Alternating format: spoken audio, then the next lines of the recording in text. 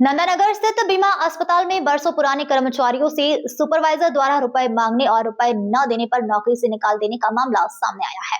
शहर के बीमा अस्पताल में कार्यरत हाउसकीपिंग कर्मचारी अपनी पीड़ा कलेक्टर महोदय को सुनाने पहुंचे। बता दें, लगभग 15 वर्षों से बीमा अस्पताल में सेवा दे रहे कर्मचारियों को नई कंपनी कामधेन के द्वारा 8वीं पास की मार्कशीट का हवाला देकर काम से निकलवाने की धमकी दी जा रही है, जबकि कोरोना काल के समय यह कर्मचारी 12-12 घंटे सेवाएं प्रदान कर रहे थे। पूर्व में इतने सालों में किसी भी तरह की मार्कशीट के आधार पर नहीं रखा गया था। सवाल यह उठता है कि अब 8वीं की मार्कशीट की जरूरत क्यों? बात यही खत्म नहीं होती।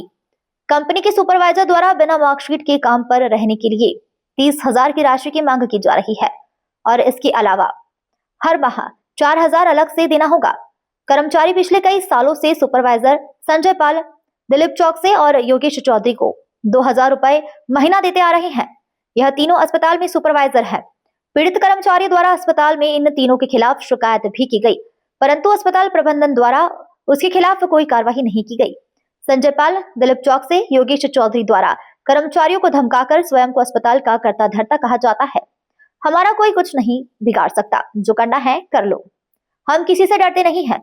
अब सवाल यह उठता है कि क्या पूरा बीमा अस्पताल प्रबंधन इन तीनों सुपरवाइजर से मिला हुआ है? इनके खिलाफ सख्त कार्रवाई की मांग कलेक्टर महोदय से की गई है। देखना होगा प्रशासन द्वारा क्या उचित कार्रवाई होती है। किया जा रहा है और मांग करी जा रही है 30-30 हजार रुपए देने की। कौन बोल रहा है? ये हॉस्पिटल में सुपरवाइजर बोल रहा है, संजय पाल, कौन सा हॉस्पिटल है? नंदानगर बीमा हॉस्पिटल। क्या कहा जा रहा है आपसे? हमसे बोल रहे हैं कि एडमिशन के लिए आपको 30-30 हजार रुपए देने पड़ेंगे और हर महीने 5-5 हजार रुपए देने पड़ेंगे। ये कौन कह रहा है? ये संजय पाल बोल रहा है। कौन है संजय पाल? संजय पाल सुपरवाइजर है बीमा हॉस्पिटल का।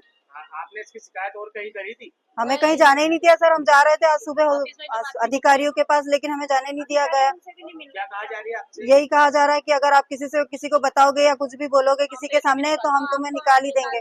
और जो पढ़े लिखे हैं 8वीं तक के, उनको अलग कर दिया, और जो बिना पढ़े लिखे जिनके पास मार्कशीट नहीं, उनको अलग कर दिया। अब आप क्या चाह रहे हैं? हम चाह रहे हैं कि हम लोग काम करना चाहते हैं वहाँ पे,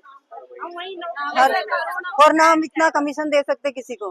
अखिल भारतीय भले महासंघ के संगठन के द्वारा इन महिलाओं की कुछ समस्या थी, जो कि राष्ट्रीय अध्यक्ष मनोज परमार जी के कार्यालय पर आए और अपनी पीड़ा बताई। बीमा हॉस्पिटल है जो नंदानगर में, ये महिलाएं बेचारी 15 वर्षों से लगातार वहां पर काम कर रही है। 15 साल 10 साल कुछ आगे पीछे है। और इन्होंने अपनी पीड़ा बताई राष्ट्रीय अध्यक्ष जी को कि सुनील पाल, दिलीप चौकसे, संजय पाल, यही लोग हैं, 2 से 3 जने जो कि वहाँ के सुपरवाइजर है। और उन लोगों ने 15 साल से 2,000 रुपए इनसे रिश्वत ली। हर महीना हर महिला से लेते हैं वो। और अब कोरोना काल में इन्होंने इतनी सेवा करी वहाँ पर, अब जाके उन लोगों का कहना है कि अब आप यहाँ से कहीं भी जा सकते हो, और अगर यहाँ काम करना है तो 30,000 रुपए महीना आपको 30,000 रुपए रिश्वत देना पड़ेगी, और 4,000 रुपए महीना अलग से हमें रिश्वत देना पड़ेगी। अब ये महिलाएं अगर 4,000 रुपए उनको रिश्वत देगी तो ये घर कैसे चलाएंगी, अपने बच्चों को कैसे पालेंगी? या तो इनको आत्महत्या करना पड़ेगी या रोड पे आके आंदोलन करना पड़ेगा।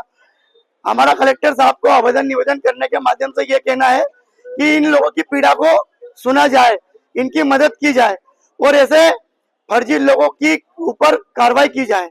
कलेक्टर साहब के समक्ष हमने अपनी पीड़ा बताई है और उनको बताया गया कि साहब इनकी मदद की जाए।